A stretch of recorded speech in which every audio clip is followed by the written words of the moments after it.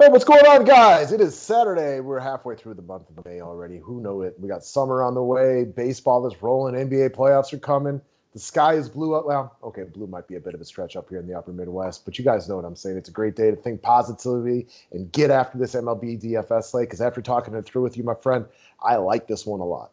Yeah, I like this one a lot too. Tons of places to go. Almost feels like a Friday night ish because there aren't that many games during the day today. Yeah, it's a big one for a Saturday night, right? Usually it's about 7 or 8, but we got a full tenner Yeah. tonight. Like usually they're split, but I know there's only one early slate today. It actually starts later, and it's only 3 games. So we got double digits tonight. Whenever you got like 10+ games, it always gets a little bit wild. Speaking of getting wild, I thought of this at the last second. I haven't even run it by you, but I'm gonna put this out there into the ether for anybody to be interested. So we know we talk about the website drafters all the time. Show sponsor, one of the best kept secrets in the DFS world. If anybody out there listening today wants to come on Skype with us and do a draft, I would prefer it to be a brand new player, but I would take anybody who might be interested. All you have to have is a Skype. Hit me up if you'd be interested. We're gonna do a draft today. I'm not sure 100% what time it is, but if anybody be interested, let me know. Would love to get more people visiting this website because it is an absolutely gem of a site. It's a blast. We have fun every single day. www.drafters.com. Get some, baby. Yeah, let's get it, man. Can't wait to get one this afternoon with you.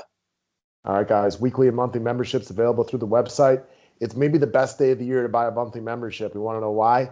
Because NBA playoffs is about to start. The money train's going to come rolling in. We got Bellman full up on his MLB GPP baseball right now and coming off of another nice night last night. Let's rock and roll. Subscribe to the station. Let's talk about tonight's starting pitchers. So you and I went back and forth for a while discussing some of the lower-owned pitchers we could bring up. But when it comes down to it, we're going to just pick on that low-hanging fruit today because we're going to get a bit out there with some of our offensive picks. So there's a bunch of guys you can make cases for today. But if you want to get that warm and fuzzy feeling in your butt, in the pit of your tummy, just go with Trevor Bauer. He's a Mount Rushmore DFS pitcher, right? He's not maybe quite to the Cole and DeGrom level, but he's right up there with the next best guys. Probably put your boy Bieber right up there as one of the other four guys that you can count on a daily basis. He hasn't even been great this year, but yet he still rolls into like at least like the mid 20s basically every start he goes out there. I'm not going to guarantee it, and I don't usually play for the win on DraftKings, but he's going to get the win today. Great ceiling and floor combination. The Marlins can be pesky, but they're a below average offense. This one makes a lot of sense. Yeah, it makes a ton of sense, man. Just the best pitcher on the slate. You talked about it.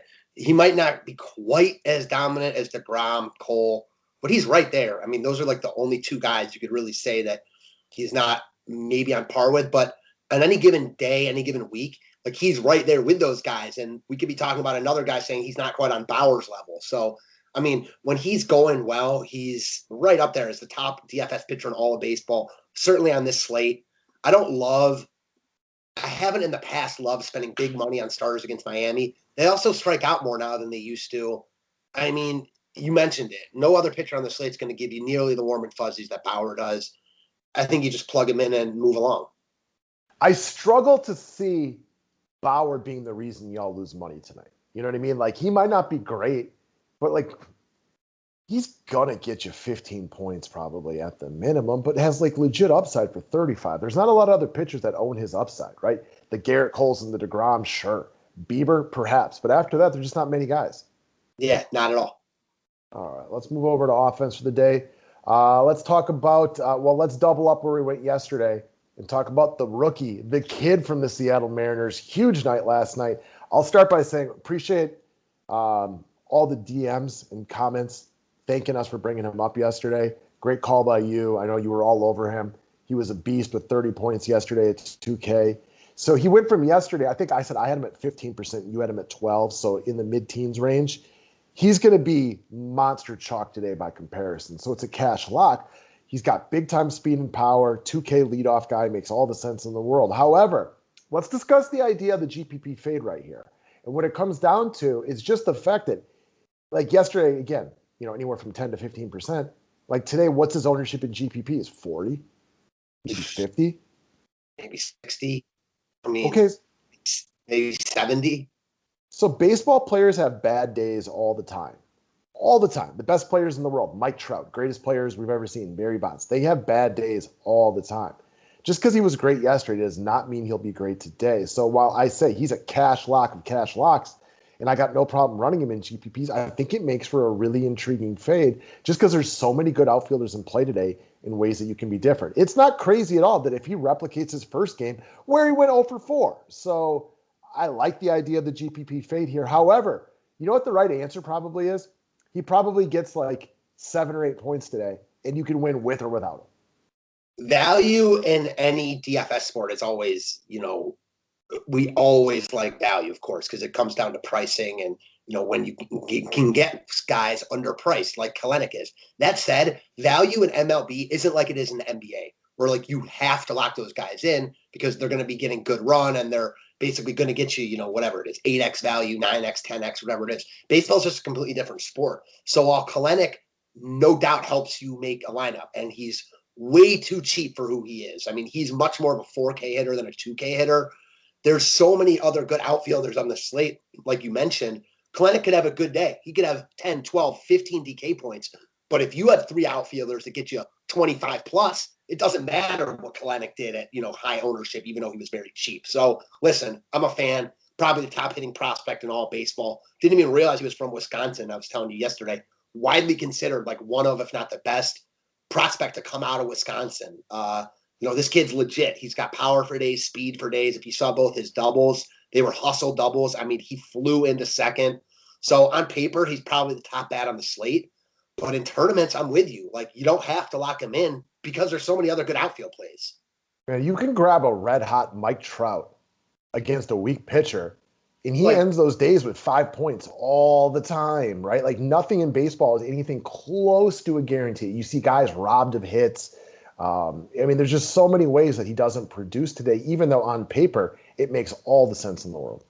I got one for you. Like last night in my best late lineup, I had the top of the Mariners lineup, and then it was a wraparound national stack. Maybe muted so Victor Robles was also 2K, and he was like 4% owned. Kalenic was 50% owned in that late tournament. Now Kalenic was better, but Robles also had like 21 DK or 17 DK points himself. So, a lot of days that's going to be a lot better than Kalenic. So again, in cash games, you lock him in. In tournaments, you could do a lot worse than locking him in, but he's not the auto lock that he is in cash games. And I still think it's going to be funny that we went on and on for 20 minutes about this, and then we're going to find out he's going to get 8 points tonight, and you can win with or without him, which can always happen. So I don't know. I thought we definitely wanted to talk about him today because it makes for a really interesting conversation. But he's no lock. Like baseball players just don't do this. This isn't Russell Westbrook without Bradley Beal. He's no lock for a monster day. Right, and not at all. All right, guys. Next up, so let's talk about today's cover boy, which is Nolan Arenado. So I forget, did you end up using him at all last night? I did not, no. Okay. I didn't use Buffalo, but I didn't use Cardinals bats. Okay. We talked him over for a while on the show yesterday. And I'd mentioned that I'd watched a bunch of the Cardinals, the Brewers the day before. And we love guys who get a whole bunch of singles. And Arenado had 3 singles the day before. Well, he had a monster night last night. We really liked the Musgrove fade. And Musgrove ended up being fine, DFS-wise. He was teetering and was so close to getting knocked around in that game that we were close to being right, but we weren't on that one. So what we like here is, once again, Paddock's, cheap, but doesn't deserve to be the chalk level that he's going to be today. You get a red-hot Nolan Arenado, who is one of the best baseball players in the game. I don't care that he's outside of Coors Field now. He's still an elite baseball player, only 5K, and he's going to be super well-owned and absolutely smashing right now. Part of me is happy that the Cardinals didn't get to Musgrove yesterday because I think that helps keep Paddock really high owned today. And as you mentioned, I was messaging you last night, like they were so close to destroying Musgrove last night. I mean, Musgrove ended up with a fine fantasy score, but he really wasn't that good. St. Louis had runners on the entire night. I feel like their offense is due. One of these games, sooner rather than later, they're going to put up a bunch of runs. And man, Arenado, you mentioned it, 3 singles a couple games ago, finished off yesterday in his last 3 at-bats, hit a double, single, and homered. Hot right now, seeing the ball really well, not going to get any love. And yeah, I mean, I'm a huge Arenado fan. He's not in cores, but for my money, I mean, this is still one of the top 10, 15 hitters in all baseball. It's great baseball player. New team and everything like that. Maybe it took him a couple days to get going. Cardinals offense is also healthier now. And, you mentioned this. Like, let's not even forget that the Cardinals have just gone through like a really tough stretch of, good pitching. They had to go through Milwaukee's Corbin Burns, Brandon Woodruff, and Freddie Peralta. Now they come in here, and even though we didn't love Musgrove yesterday, he's a pretty solid starting pitcher. Now they get Paddock, who at this point of his career is more name than actual production. Definitely. I like the Cardinals as a sneaky snack quite a bit here. All right, next up, let's talk about Bryce Harper.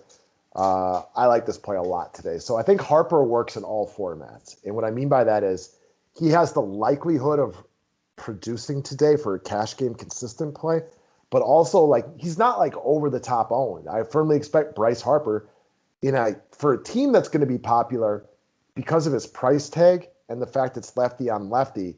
He's not as popular as he should be today. Now he'll still have double-digit ownership, but I don't think you're getting him at like 60%. Right. So I think he works in all formats today as kind of a moderately popular player. It's kind of like the red stack, right? Like they're going to get love, but are they going to get as much love as they deserve? No. And that's just like Harper.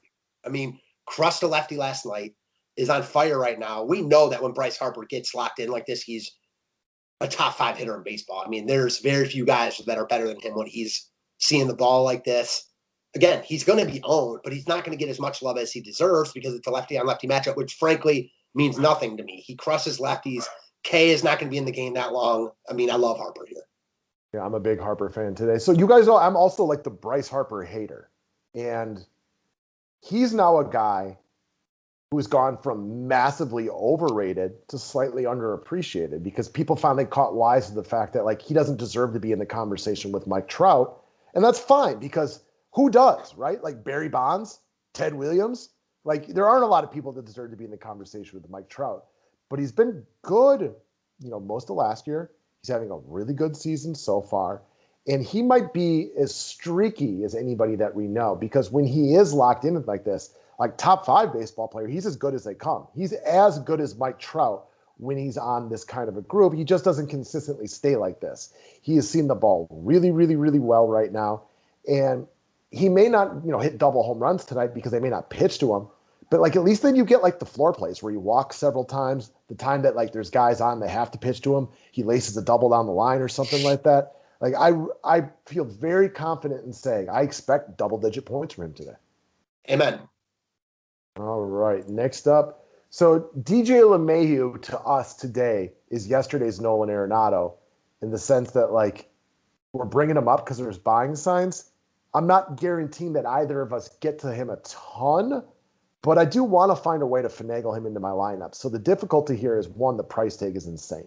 At 5,500, you can only play so many of these guys in your lineups. And I just can't imagine LeMahieu is a priority for other people. Like, what do you think his ownership today is? 3%?